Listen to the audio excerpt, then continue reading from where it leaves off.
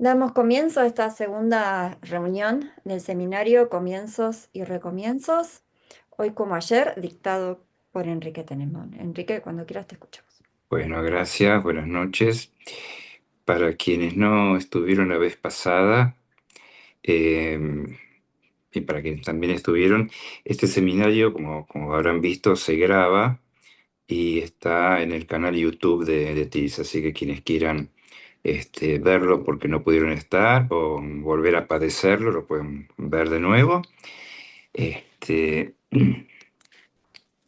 y entonces retomamos donde dejamos la vez pasada.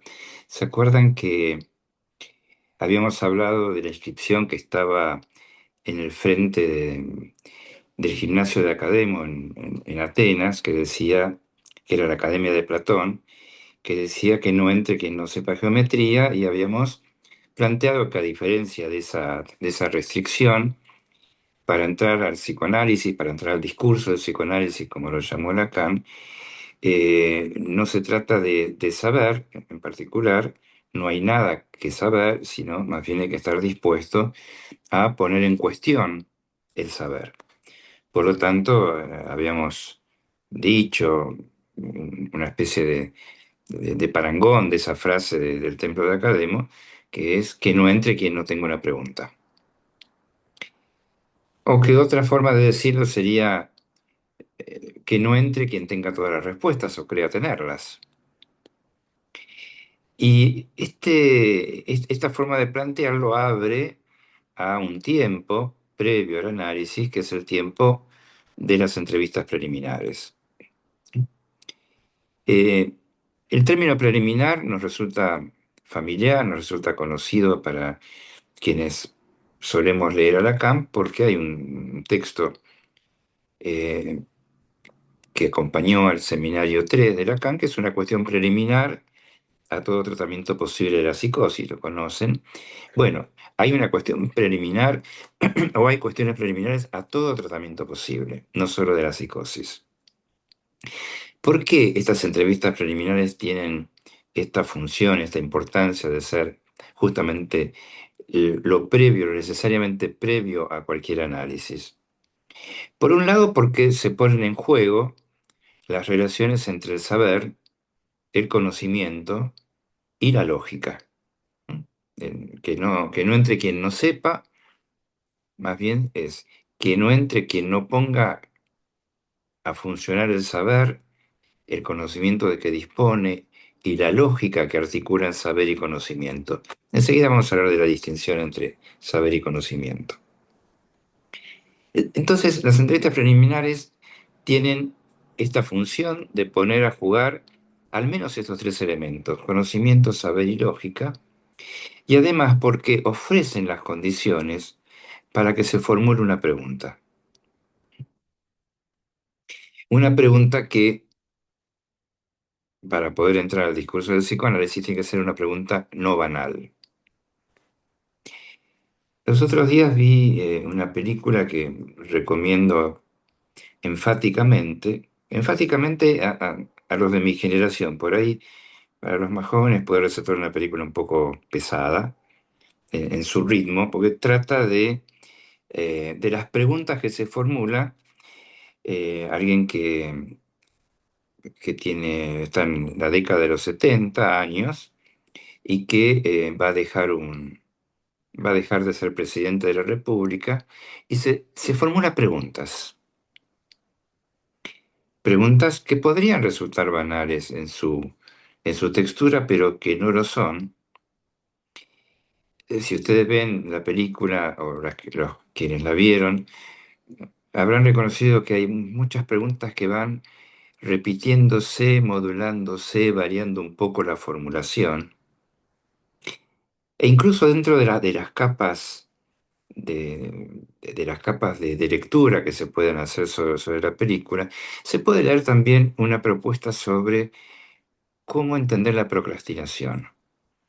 No solamente como patear para adelante, como se dice, el protagonista dice, no voy a spoilear demasiado, el protagonista dice, necesito tiempo para reflexionar. Una lectura sobre que la procrastinación no es solamente, o no es simplemente demorar una decisión, sino demorarla hasta que se den las condiciones para que la decisión pueda tomarse. En las entrevistas preliminares pasa algo así, como también pasa de alguna manera en la vida, que se busca no necesariamente obtener una respuesta a las preguntas. Si se la obtiene, mucho mejor.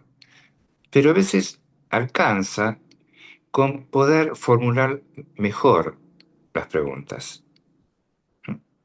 Poder formularla de una manera, yo acá noté algo, formularla de una manera que tenga más profundidad, que tenga más alcance, que tengan más relación con la verdad, por ejemplo. Aquellos que suelen trabajar con la inteligencia artificial, con los chats, suelen decir que hay que saber formularle las preguntas, que hay que ponerlas en contexto, decir, bueno, yo me dedico a esto, estoy en esta problemática, tengo tales convicciones, conozco tales cosas, y entonces formular la pregunta. Quizás sea lo que más común tenemos nosotros con la inteligencia artificial, esta cuestión de que las preguntas deben ponerse el contexto, contextualizarse y resultar el término de un recorrido. Las preguntas no necesariamente están de entrada. Bueno, están puestas así en correlación que no entre quien no sepa, o sea, la cuestión del saber, y que no entre quien no tenga una pregunta. O sea, hay una relación entre la pregunta y el saber. ¿Qué relación podemos establecer?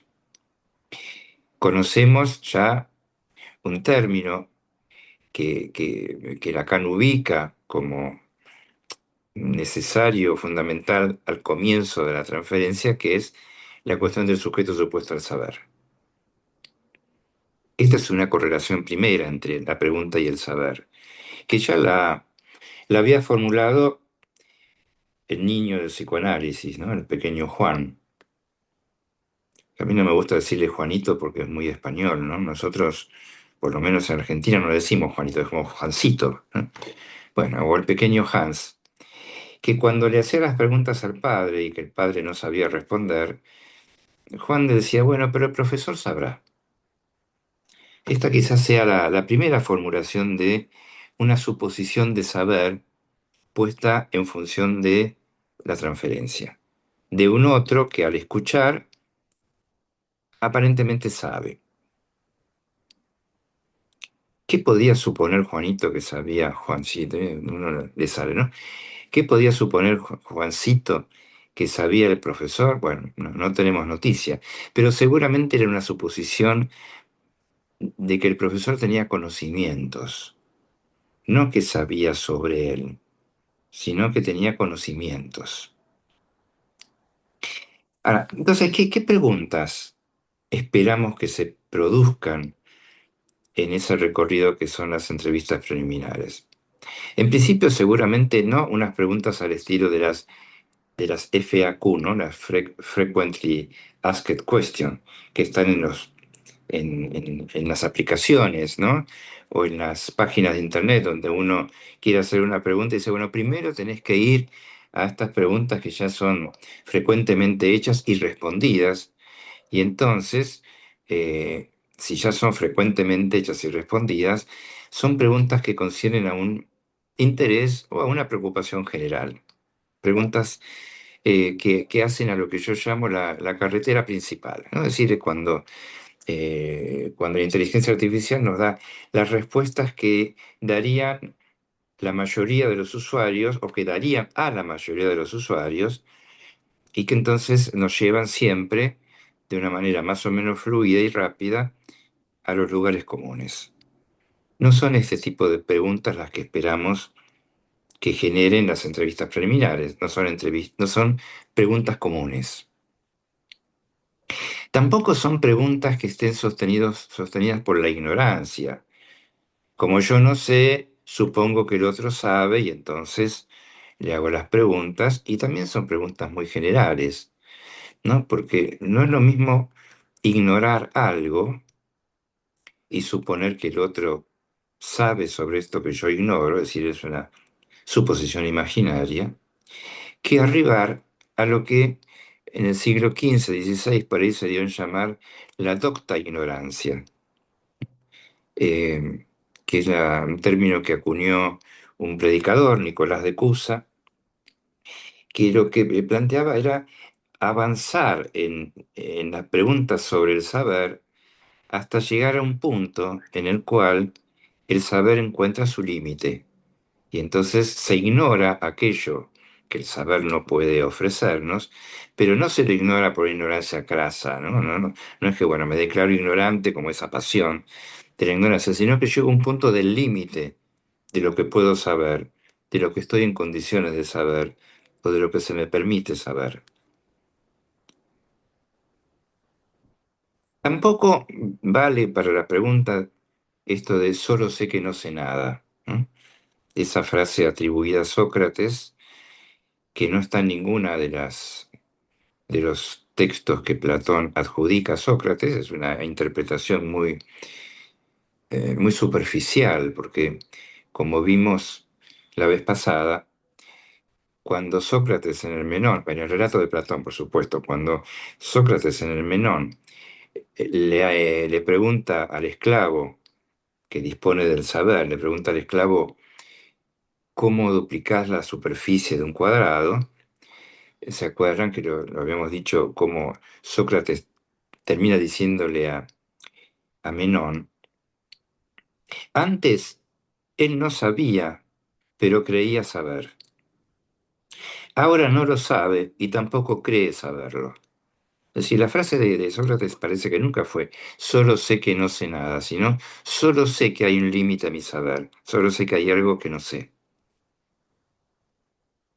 Entonces, las entrevistas preliminares tienen también esta función de convocar al que consulta a que ponga en juego su saber y sobre todo los límites de su saber. El saber llevado al límite, como habíamos trabajado hace un par de años respecto del ombligo del sueño. ¿Se acuerdan que Freud plantea que hay un modo de trabajar en las asociaciones sobre el sueño que llevan hasta un límite, luego del cual no se puede saber? En ese momento yo había sugerido una manera de decir eso, que se llega hasta no una nada en el saber o un saber nada. No es el no quiero saber nada, sino que se llega a un punto de un saber no nada, cerca del nada, pero no es nada. Otra manera de decirlo es como lo dice Freud en Pegan a un niño, donde interrogado el paciente que trae su fantasía acerca de los recuerdos sobre las situaciones en las que un niño es pegado, solía encontrarse con una respuesta sistemática que es no sé más, pegan a un niño. Es decir, que ahí la frase fantasmática está puesta en el límite del saber. Bueno, está entonces la relación entre la pregunta y el saber, y está también la relación entre la pregunta y el objeto.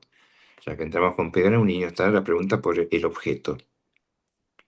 ¿Cuál es el objeto que está en relación con la pregunta que esperamos que se produzca? ¿Se acuerdan que Freud en el libro escribe el libro sobre chiste y cuando está por publicarlo le escribe una carta a Fliess, el amigo que oficiaba de analista sin nominación, digamos así? Fliess nunca fue nominado. Eh, Freud le escribe una carta diciendo que lo que no le gusta del libro sobre el chiste es el estilo, pero que no tuvo más remedio que escribirlo de ese modo a causa del objeto mismo del libro, que es el chiste. Entonces, el objeto causa el estilo y causa también entonces la pregunta. Cada vez que hay una pregunta, tenemos que preguntarnos por cuál es el objeto que causa esa pregunta. Vamos a Lacan en un escrito muy breve del año 78 en la revista Ornicar. número 17. Es un escrito muy breve que se llama Avanzan. Avanzan es un hospital en donde él, por ejemplo, había inaugurado la sección clínica un par de años antes. Allí, en ese escrito breve, dice al menos dos cosas que nos interesan. Una es, el discurso analítico no tiene nada de universal. No dice el discurso del analista, dice el discurso analítico. No tiene nada de universal. Por lo tanto, no es materia de enseñanza alguna. Es interesante, al menos para mí,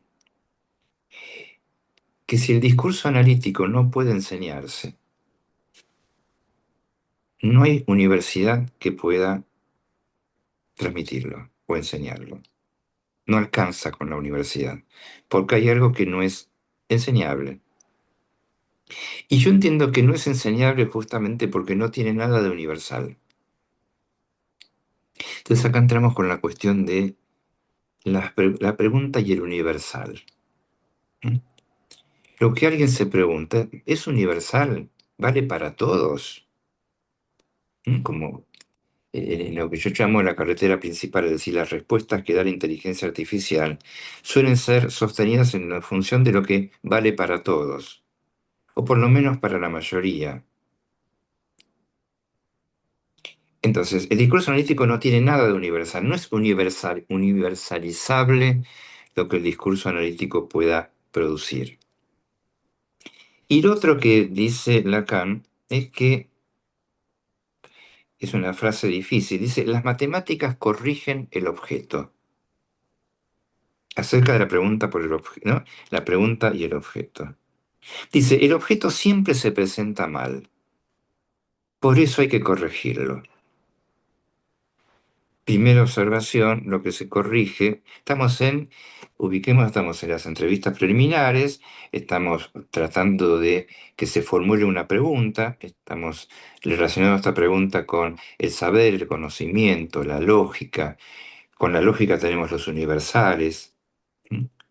Y también con el objeto. Entonces, el objeto hay que corregirlo. Lo que se intenta corregir con el discurso analítico no son las conductas, es el objeto que está causando la dificultad, causando la pregunta. Entonces, ¿qué tiene que ver esto del universal y el objeto, o la corrección del objeto? Acá entra entonces la distinción, que por lo menos para mí es importante, entre saber, conocimiento y lógica. Uno puede tener conocimiento de algunas cosas y sin embargo no tener ningún saber sobre eso. Cuando, y ahí hay que poner, o tengo que objetarme a mí mismo al decir que cuando Lacan habla de que el esclavo sabe, es un saber hacer, que, no, que está en relación con que el esclavo conoce los objetos con los que trata, con los que trabaja, los elementos, la materia con la que trabaja, y conoce cómo hacer con eso, pero no dispone de un saber. El esclavo justamente de lo que no dispone es del saber, el saber en términos de un saber formulable, puede disponer de un saber hacer, pero no es lo mismo un saber hacer que un saber formulable. Cuando, cuando el saber puede formularse, es decir, eh, transformarse en fórmulas, puede transmitirse, que es lo que hace la universidad. La universidad transmite fórmulas obtenidas a partir de un saber hacer. Y esas fórmulas, en general, están sostenidas en una lógica que tiene que ver con lo real. Bueno, esto lo vamos a ir desplegando, la distinción entre conocimiento imaginario, saber simbólico, lógica como ciencia de lo real. Voy a dar dos ejemplos de corrección del objeto. En, en ocasión del reciente Congreso de Convergencia estuve en México y visité algunos monumentos, algunas llamadas pirámides, entre ellas el monumento pirámide del sacerdote, que es en Chichen Itza, que es una localidad en la península de Yucatán, Y esa construcción, esa pirámide y otras construcciones de la misma ciudad, daban cuenta de que tenían los mayas un conocimiento bastante elaborado, bastante profundo, de cuestiones físicas, ¿no? De cuestiones acústicas. La acústica de ese lugar es increíble. Y también de fenómenos astronómicos. Entonces la pirámide está orientada de tal modo que permite eh, determinar cuándo es el equinoccio, cada equinoccio. Tenían una relación, un conocimiento bastante firme y profundo acerca de las relaciones entre los astros y la agricultura, de modo tal que las construcciones estaban en una relación entre la naturaleza y la cultura, podemos decir la cultura religiosa, muy aceitada. Para ellos, las estrellas eran dioses. Y hablaban, por ejemplo, de Shaman Ek. Shaman es dios, Ek es estrella, el dios de la estrella que es Venus, el lucero. Tenía entonces un conocimiento muy acabado y sin embargo no pudieron descifrar el saber que ordena el movimiento de las estrellas y de los planetas. Conocían y construyeron edificios que daban cuenta de ese conocimiento, pero no pudieron obtener un saber que hubiera corregido el objeto. Corregir el objeto sería que Yamanek no era el dios estrella, sino que era Lucero, Venus, el planeta. ¿Y qué quiere decir corregir el objeto? La astronomía nos da ejemplos de esto. Hasta 1700 y pico, la ciencia se había desarrollado de tal manera que había logrado detectar que en nuestro planeta, en nuestro sistema solar, había 6 planetas.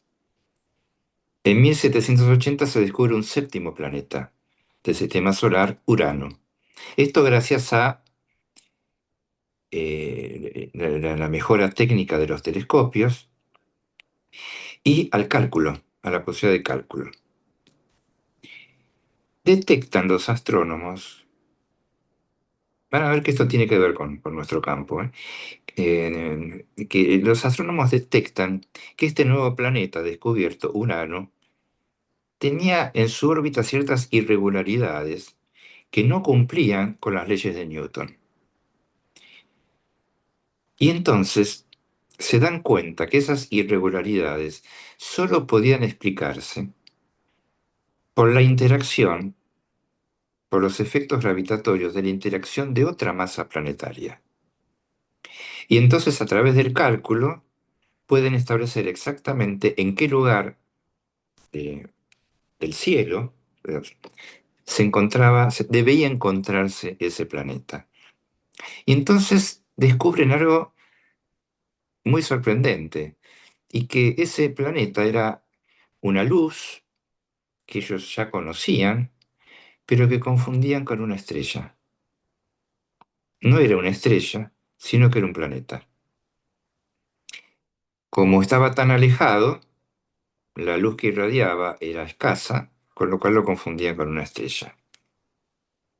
Entonces, no es que descubrieron el planeta porque antes no era visible, sino porque se lo creía una estrella. El cálculo matemático corrigió el objeto. Ese es uno de los ejemplos. Otro de los ejemplos también de la astronomía es el progreso que hizo Galileo respecto de Copérnico. Copérnico, recuerdan, es el que dijo, no es que el Sol gira alrededor de la Tierra, sino que la Tierra gira alrededor del Sol y que el Sol es el centro de nuestro sistema solar. Galileo, gracias al telescopio, pero también gracias al cálculo, se encuentra con que la Tierra no describe un recorrido circular alrededor del Sol, es decir, que el Sol no es el centro del recorrido de la órbita de la Tierra, sino que el recorrido es elíptico y las elipses tienen dos centros. Entonces Galileo descubre algo que para el imaginario de la época era inconcebible, descubre que la Tierra gira alrededor de dos centros, que ya no son dos centros, son entonces dos focos. Uno de esos focos está ocupado por el Sol y otro de esos focos no está ocupado, es un foco vacío. Entonces Galileo corrige el objeto, corrige la órbita de la Tierra, produciendo entonces este conocimiento, que ya es un saber entonces, que puede haber órbitas que circulen, que bueno, no circulan, que van alrededor de dos focos, uno ocupado y otro vacío. Al ocupado podemos decirle, podríamos llamarlo uno, y al vacío podríamos llamarlo cero. Al ocupado podríamos llamarlo falo, sol de mi vida, el falo, y al otro podríamos llamarlo cero, castración. No hace falta suponer para esta dinámica de falo-castración el pene y la vagina, ¿no? Con pensar en esta corrección del objeto que produce la ciencia, tenemos ya un soporte de saber para entender que falocastración son dos nombres de la no equivalencia, por ejemplo, entre uno y el cero, la no equivalencia sexual. Lacan habla de dos correcciones del objeto, muy claras para nuestro campo. Volvemos, no crean que me fui al quinto. Eh, una corrección del objeto la hace cuando muy tempranamente lee al caso Dick de Melanie Klein. Cuando Melanie Klein dice, bueno, papá tren, mamá estación, trencito niño y todo eso, lo que Lacan dice es que Melanie Klein, de esa forma brutal, lo que permite es ordenar los elementos que impedían que el pequeño Dick se encontrara frente a las coordenadas simbólicas que armaban su espacio especular. Es decir, cuando se encuentran las coordenadas simbólicas, cuando se produce un saber, el imaginario se arma inmediatamente, se corrige. El otro ejemplo es cuando en el seminario 11 él trae aquel cuadro también del siglo XVI, del mismo tiempo que Copérnico, que es Los embajadores de Holbein, donde conocen ese cuadro, seguramente lo han visto, si no lo conocen por pintura, tal vez lo conozcan porque está en la tapa del Seminario 11, en la versión francesa, se ve a los embajadores envueltos en, en abrigos muy sofisticados, muy caros, con en el fondo objetos del arte, de la ciencia, de la música, y dominando la escena del cuadro, una baguette, un pan francés. Entonces, eso es algo que está totalmente fuera de lugar, podríamos decir. Solo que al salir de la sala, quienes hayan estado, habrán notado esa maravilla de la anamorfosis, al salir y quedar casi en posición tangencial al cuadro, esa baguette se convierte en una calavera. Es decir, se corrige el objeto a partir de posicionarse en la perspectiva correcta. Es decir, al reconstruir la operación que hizo el pintor, de separar mucho el punto de vista y el punto de fuga. En las entrevistas preliminares, una de las cuestiones que tratamos de encontrar, de producir, es el punto de vista o el punto de escucha adecuados para que el objeto se corrija, porque a menudo lo que nos presentan quienes consultan es un objeto que no está bien armado.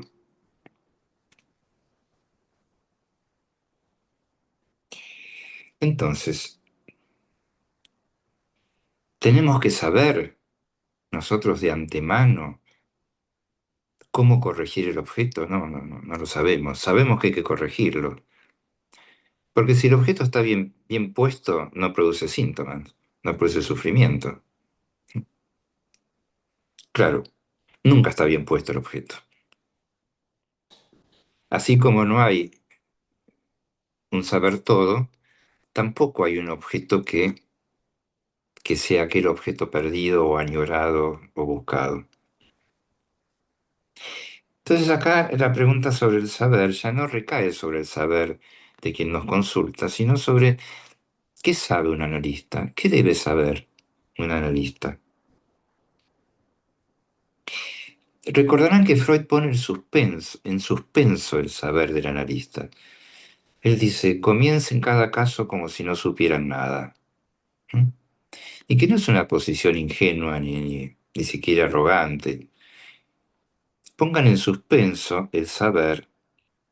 ¿Por qué?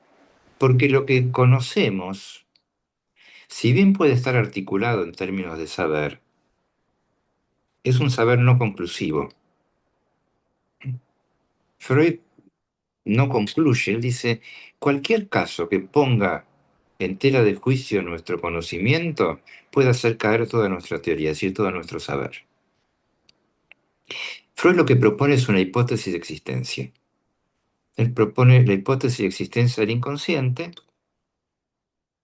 y esa hipótesis no supone ni construir una teoría a partir de la inducción, es decir, no es que tenemos que acumular casos y entonces a partir de esos casos generalizamos, tendiendo lo universal, ni tampoco tenemos una doctrina acabada a partir de la cual se deduzcan los casos particulares. Ni del particular llegamos al universal, ni del universal al particular. Se trata de poner a prueba esta hipótesis. Y es algo de lo que en las entrevistas preliminares tenemos que tener presente. Es decir, del lado de quien nos consulta, que se ponga a jugar la hipótesis de existencia del inconsciente. ¿Qué quiere decir esto? No de que cada cual tenga un inconsciente, ni que haya un inconsciente colectivo, sino que aquel que habla pueda sospechar, aceptar, suponer, considerar que a veces no sabe lo que dice, que a veces no sabe a quién le habla, que a veces dice cosas que no pensó, o que a veces dice cosas que no quiso decir. Eso es la hipótesis de existencia del inconsciente, es decir, de de un otro lugar desde donde el que habla es influenciado, podemos decir, sobre la máquina de influencia que descubren los psiquiatras a principios del siglo pasado, no es ajena al inconsciente. El inconsciente es una máquina de influencia, ¿no? Nos hace hablar, nos hace abrir la boca y decir cosas que no pensamos. En verdad, la primera máquina de influencia de la que haya registro, perdónenme si insisto con esto, los que ya me escucharon decirlo, la primera máquina de influencia es cuando Moisés le dice a Jehová, ¿por qué me mandás a hablar con el faraón si yo soy tan torpe de labios? Y Jehová le dice, yo estaré en tu boca. ¿No? Es la primera máquina de influencia. Bueno, si el que consulta puede aceptar que no es dueño totalmente, que no es totalmente dueño de lo que dice, bueno, ahí ya tenemos la hipótesis del inconsciente funcionando. La otra cuestión respecto del saber es algo que Lacan dice en el seminario del acto, que mencioné una vez pasada, que es el seminario que va a estar muy presente en este seminario.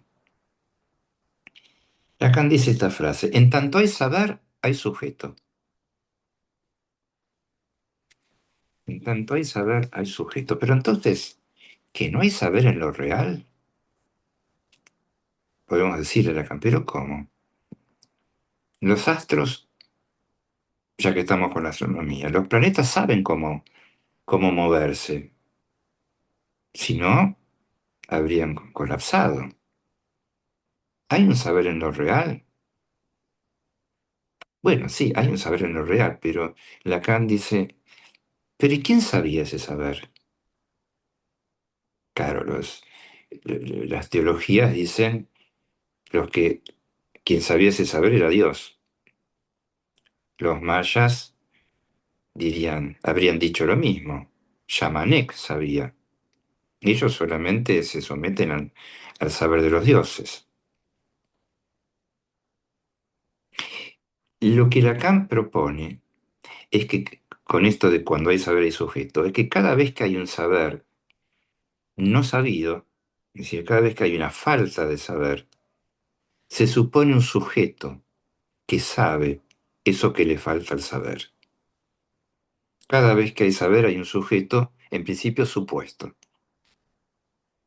El profesor sabrá,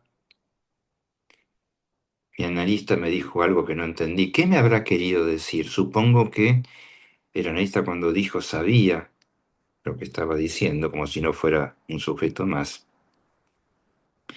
Pero también, en cuanto al saber, hay un saber por venir. Cuando está en juego la hipótesis de existencia del inconsciente, es decir, cuando aparece una formación del inconsciente, lapsus, olvido, chiste, cualquiera de ellos, que pone en suspenso el saber, hay un saber por venir, que es lo que Lacan llama S2. S1, formación del inconsciente, suspensión, S2, saber. Eso cuando las cosas van más o menos bien, en las neurosis.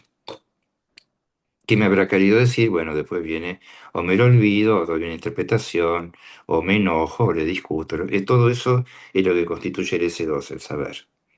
En la psicosis es un poco más complicado, ¿no? Porque cuando aparece ese S1, más rana, viene esa oscilación atributiva que concluye en una alucinación. Pero en general el saber se presenta dentro de la cadena y no afuera. En la clínica es muy frecuente encontrarse con que alguien dice, ah, pero fulano sabía esto y no me lo dijo. Y la pregunta, ¿desde hace cuánto sabías eso? ¿Y quién más lo sabe? En esta misma película que te comentaba, La Gracia, el protagonista tiene un apodo. El apodo es Hormigón Armado. O sea, los que no la vieron se imaginan un tipo un poquito estructurado, duro, ¿no? Al que no le entraba ni una bala. El tema es que él pregunta, cuando se entera, le pregunta a sus allegados, ¿pero vos sabías? Sí, todos lo sabían, salvo él.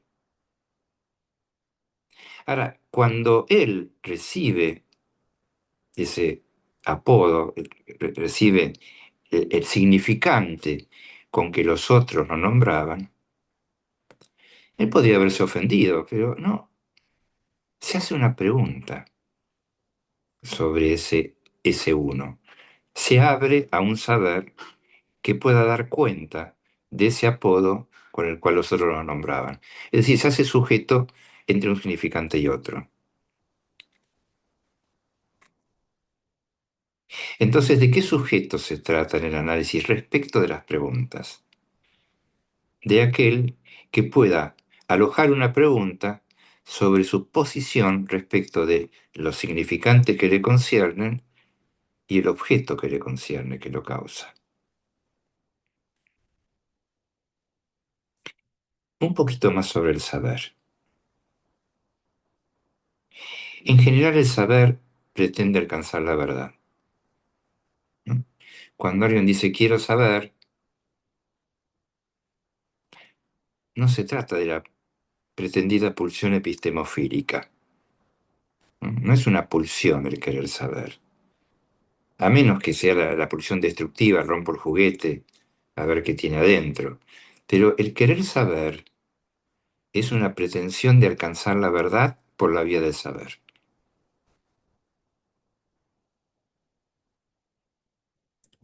Edipo quería alcanzar la verdad por la vía del saber y ya sabemos cómo terminó, ¿no? No le fue muy bien. Cuando Edipo se entera de la verdad que lo concernía, se vuelve loco. O quizás su locura era querer alcanzar la verdad por la vía del saber, es decir, por la sobreinterpretación del oráculo. Esto lo vemos mucho en la clínica de la obsesión, la sobreinterpretación, querer alcanzar la verdad por el saber. El problema es que, no, es que si se la alcanza, no se la alcanza toda a la verdad. a veces se la roza, ¿no? A veces lo que se obtiene es algo un poquito distinto de lo que se esperaba, pero no necesariamente nada. Algo se alcanza de la verdad, como decíamos antes respecto del ombligo del sueño. Algo se alcanza, pero no toda. Y seguramente lo que se alcanza arroja como resultado otra cosa que lo que se buscaba. Uno puede decir, ¿se alcanza eso? No, se alcanza no eso. Vamos a llegar a cuando Lacan tematiza no eso en relación con la verdad. ¿Y por qué se alcanza no eso? ¿Por qué no se alcanza toda la verdad? Porque el saber en falta, no es colmable, no es rellenable, no es factible de producir un saber universal, como decíamos. No se puede universalizar los saberes en falta de cada quien, que es lo que pretende el DSM, ¿no? El DSM pretende, junto con la inteligencia artificial, hacer un código con la inmensa cantidad de información que se tiene y a partir de ahí plantear un supuesto universal. Pero el saber en falta, aunque se lo alcance, aunque se restituya ese saber,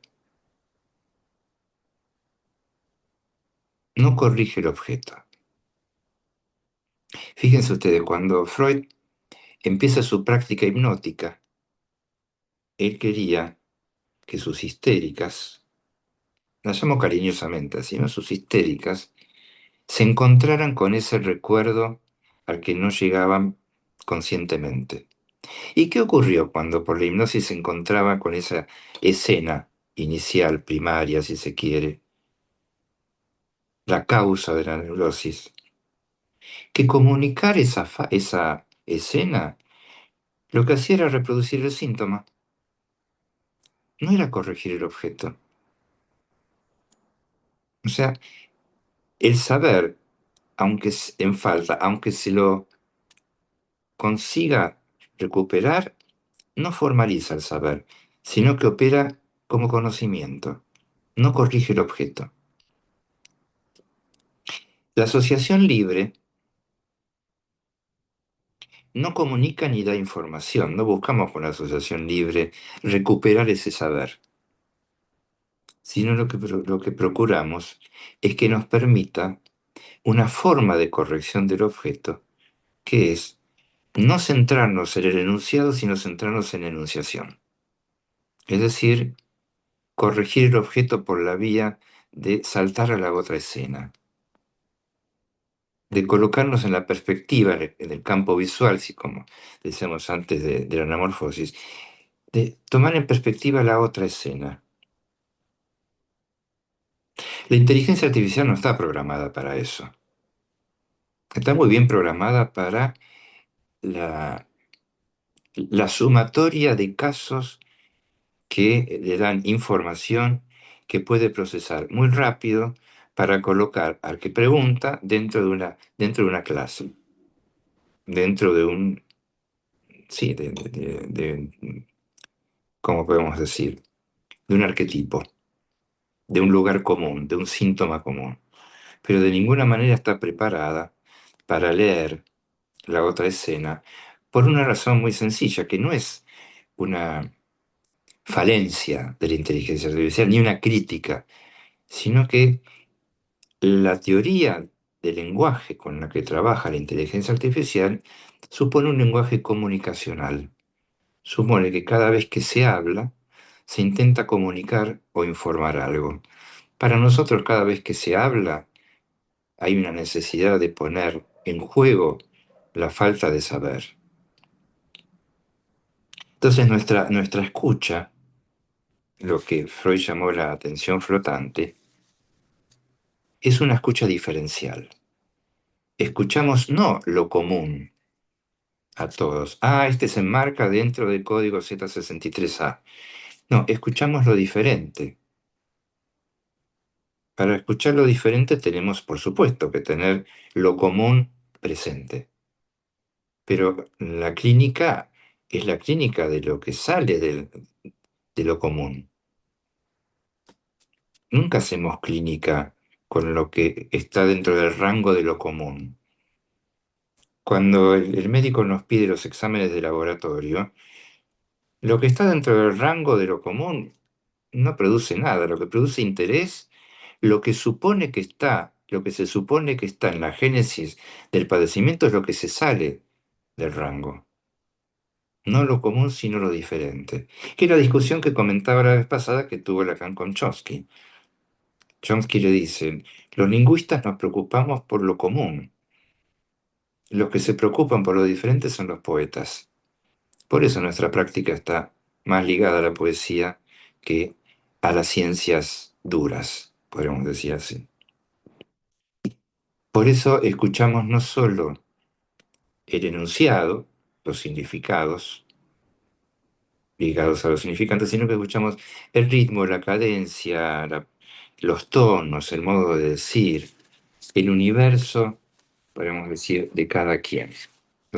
Voy a terminar hoy con la cuestión del universo y el problema del universal. Nosotros estamos acostumbrados a hablar de los universales porque estamos formados en la lógica aristotélica. El yo es aristotélico. ¿Mm? Por lo menos hasta ahora que sepamos, nuestro yo piensa las cosas de un modo aristotélico. A es A, B es B, A es distinto de B y no hay tercero. ¿No? No hay tercero. El tercero está excluido. En ese punto encontramos los universales dichos en la clínica de maneras muy simples. Por ejemplo, tomo frases de algunos analizantes de ahora, de otro tiempo. Ella es todo lo que está bien en el mundo, decía un analizante respecto de su novia. La quería, la amaba indudablemente, pero ella es todo lo que está bien. Ella es todo para mí, decía otro. Y otra decía, yo le doy todo a él. Si ella no está, la vida no tiene sentido, que es el reverso del todo. Todo sentido lo da ella en la vida. No le falta nada, ¿qué más quiere? ¿Qué más puedo hacer? Nuevamente está la idea de colmar lo que falta para armar un universo. ¿Cómo no es feliz con todo lo que le doy si no le falta nada? ¿No son frases muy comunes que se escuchan en una clínica estas? Bueno, hablan universo, de un universal dado por esta formulación todo o nada, que lleva a una paradoja, porque la lógica griega, la lógica aristotélica, pretendía universales, es decir, pretendía un universo de discurso. Para nosotros, el universo no es universal. Parece una paradoja, ¿no? Para nosotros, el universo no es universal. Cada quien tiene su universo. Su universo está dado por cómo se dicen las cosas en su familia, qué, qué ideales tiene la familia, cómo se plantea la vida en cada lugar. Tomemos, por ejemplo, las guerras. Nosotros tenemos actualmente un par de guerras, de las que conocemos, ¿no? Por lo menos declaradas. Y uno podría decir, para Irán, el universal no es el mismo que para Estados Unidos. Uno, dos, sin entrar en tomar partido, porque yo creo que frente a la guerra hay que tomar un partido que no se puede ser neutral. La guerra no debería existir. Pero para los americanos que apoyan lo que está haciendo Trump, ellos son los buenos. Es su universo. Y para los iraníes son los buenos. Ese es su universo. Es decir, que el universo no es el universal para todos. Cada cual tiene su universo. Y dentro de su universo está lo que está bien y lo que está mal. Voy a recordarles una película que ganó el Oscar, película hablada en otra lengua hace algunos años, se llamaba Un asunto de familia o Somos una familia, la película japonesa, donde eh, unos chicos roban y entonces detienen a toda la familia y le dicen al padre que cómo puede ser que un padre enseñe esos valores a sus hijos. Y el padre responde, es lo único que sé hacer. ¿Qué puedo enseñarles sino lo que sé hacer? Es decir, que para este padre y para su familia, el universo era ese. En la vida se roba. Entonces, ¿qué vamos a ubicar nosotros respecto de ese universal cuando escuchamos a nuestros pacientes, a nuestros adolescentes, por ejemplo? ¿No? Que la transmisión del falo está presente siempre. Ese hombre que le transmite a sus hijos, les enseña a robar, les transmite el falo. La transmisión del falo es un universal, lo transmitido no. Entonces tenemos que tener presente, cuando escuchamos ciertos universos que van en contra de nuestros ideales, de nuestra formación, de nuestros códigos, si funciona o no la transmisión es lo que nos importa. Si funciona la transmisión del falo, es decir, la transmisión de la falta. Si no nos bancamos lo transmitido, mejor que nos abstengamos de intentar hacer algo. Es decir, que esta es una manera que se me ocurre de poder plantear que no hay universo universal, que los universales valen para universos restringidos. Bueno, me detengo acá con nuestro universo y los escucho. Muy bien, muchas gracias, Enrique. Bueno, queda abierto el espacio de preguntas, comentarios, intervenciones que quieran. Adelante.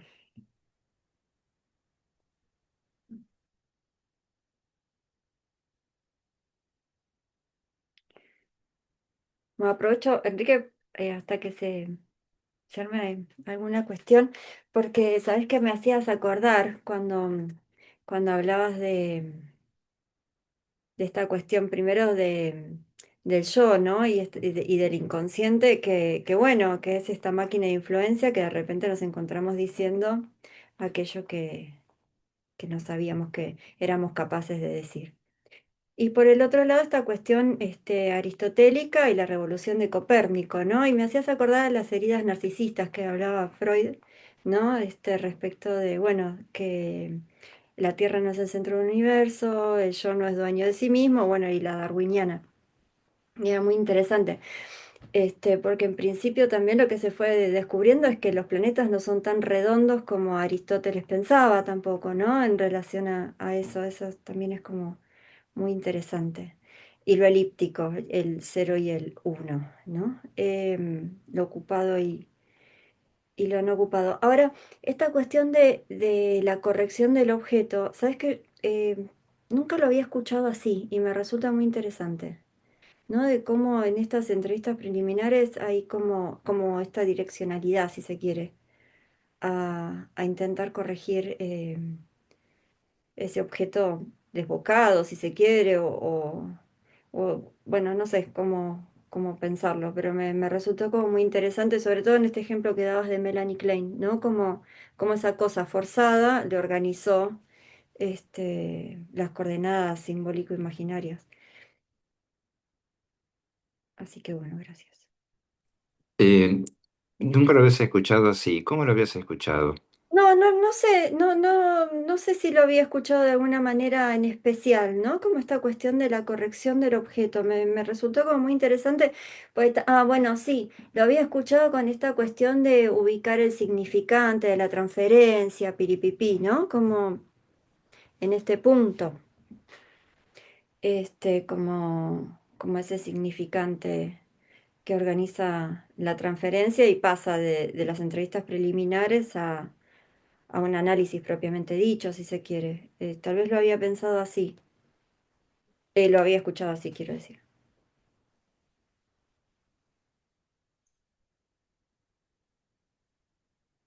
Verónica, ¿querías decir algo?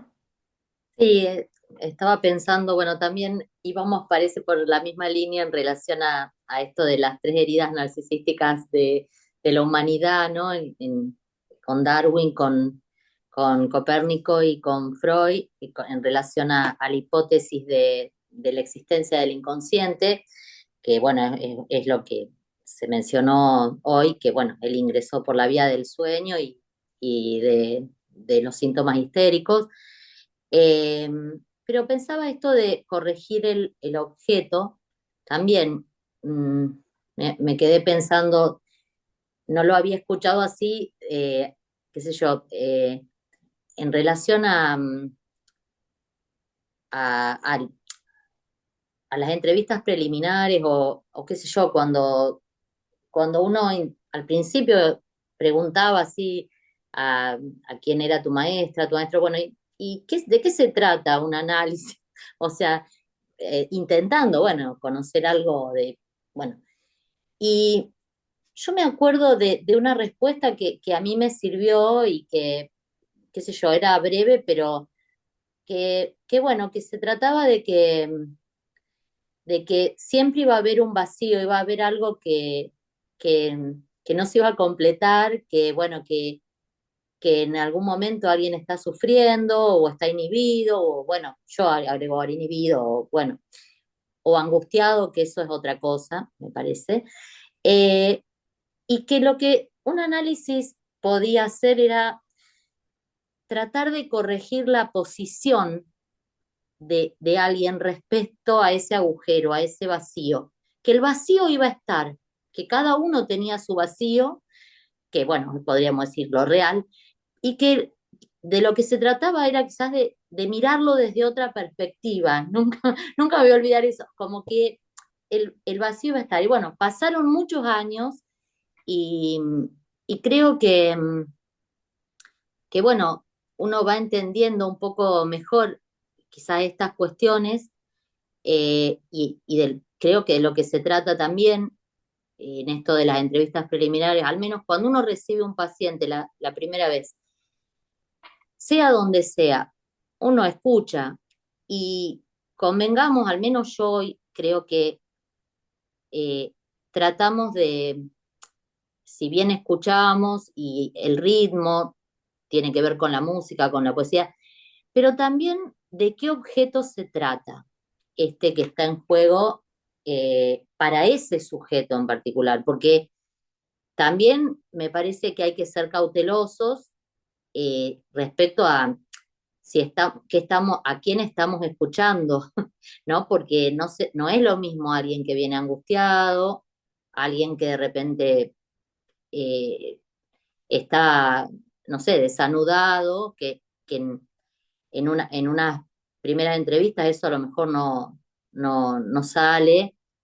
Eh, y sí me parece importante que alguna vez escuché también un analista de acá, hoy estoy recordando, de decir que estaba bueno que cuando alguien estaba ante un analista, la primera vez que iba a un consultorio de un analista, lo mejor que se podía producir es que haya un cambio cuando salía que no sea, que no sea lo mismo, ¿no? Para que vuelva, pero con algún registro de que en esa entrevista pasó algo que fue un antes y un después. Bueno, eso es lo que yo quería aportar. Gracias, Verónica. Ah, tenemos una pregunta en el chat de Motorola Edge 60. Ah, ya, no creo que te llames así. Identifíquese. Bueno, dice, si podés contarnos, decirnos tu nombre. Me pregunto entonces si alguien busca terapia en la IA, se encontraría en un intercambio especular y no de coordenadas simbólicas que le posibiliten la corrección del objeto. Creo que es Marcela, pero no estoy segura. Bueno. Ah, Mabel, perdón, Mabel.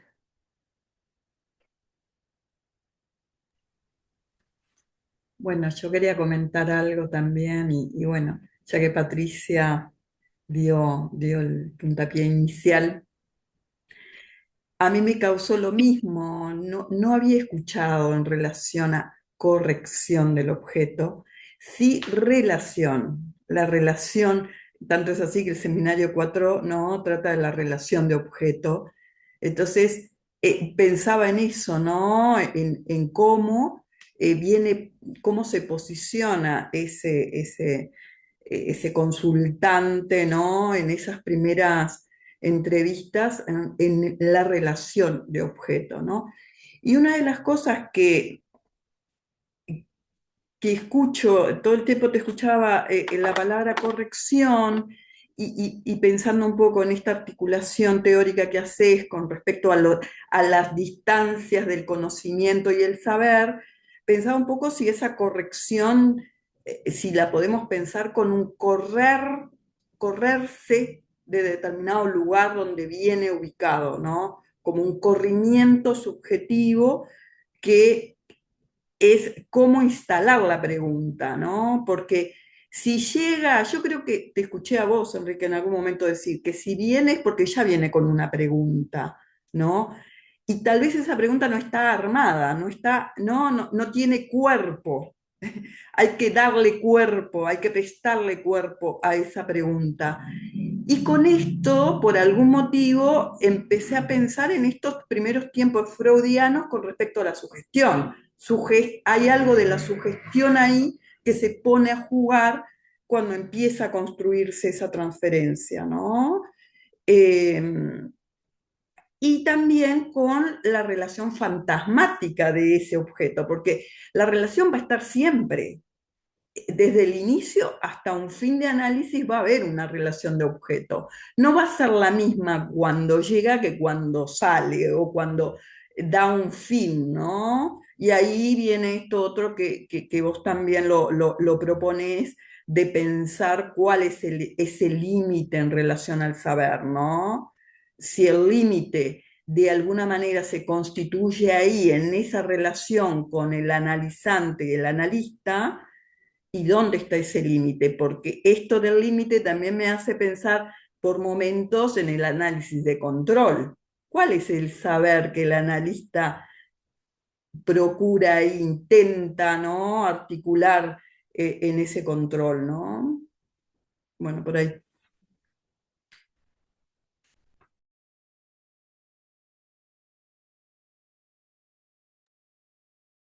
Bueno, te toca, Enrique, me parece. No, creo que hay un perrito que quería decir algo, por lo menos estaba. No, Es que Victoria estaba con... no quiere decir nada, Victoria. Estoy acá con mi perra acompañada.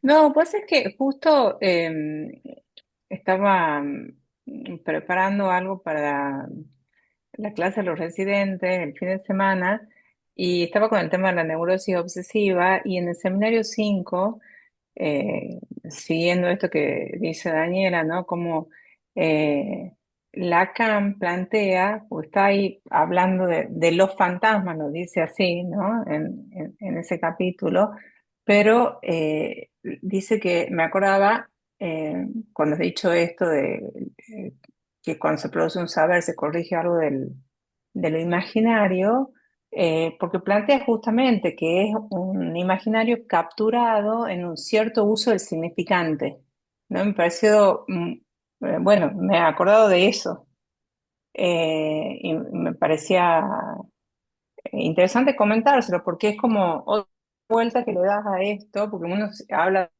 de justamente de la relación con el objeto, pero es como si se olvidara de la implicancia que tiene en lo imaginario también de un sujeto en esa, cuando un nuevo saber se produce. Entonces, bueno, eso nada más, es el comentario. Gracias, Vicky. Y tenemos una pregunta en el chat también que dice, buenas noches, si el paciente concurre en posición de objeto, la corrección sería el hecho de al ubicarse el analista en esa posición le cede al paciente el lugar de sujeto en el discurso de Rosana. Bueno, muchas gracias por las intervenciones, son todas dan para largo.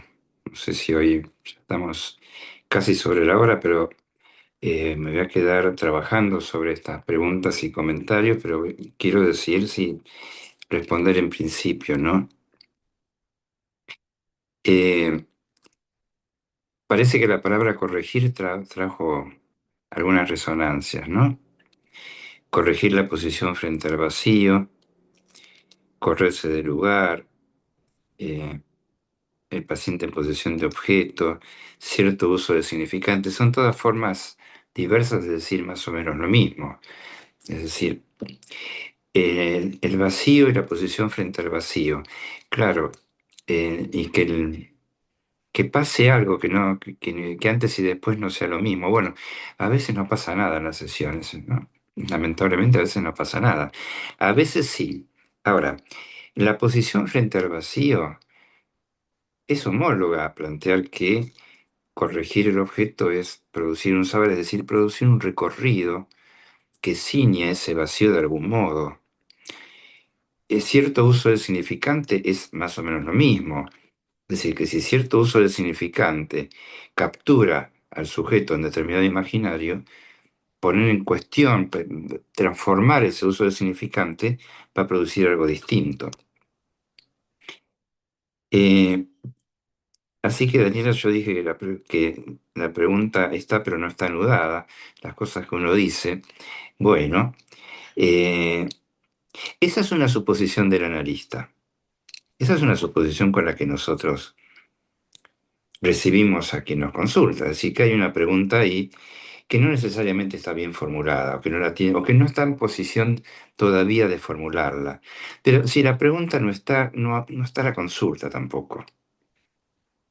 Por eso, no sé si es en esa ocasión que yo dije esto, Daniela, pero yo pienso, no pienso, yo trabajo de este modo. Cuando alguien viene a la consulta, sea por primera vez, o porque vuelve después de la interrupción, o porque comienza un nuevo análisis o quiere, yo suelo preguntar qué fue lo que determinó a llamar. No a pedir el número, porque a veces uno pide una derivación, el número y se encuentra con que el llamado ocurre mucho tiempo después.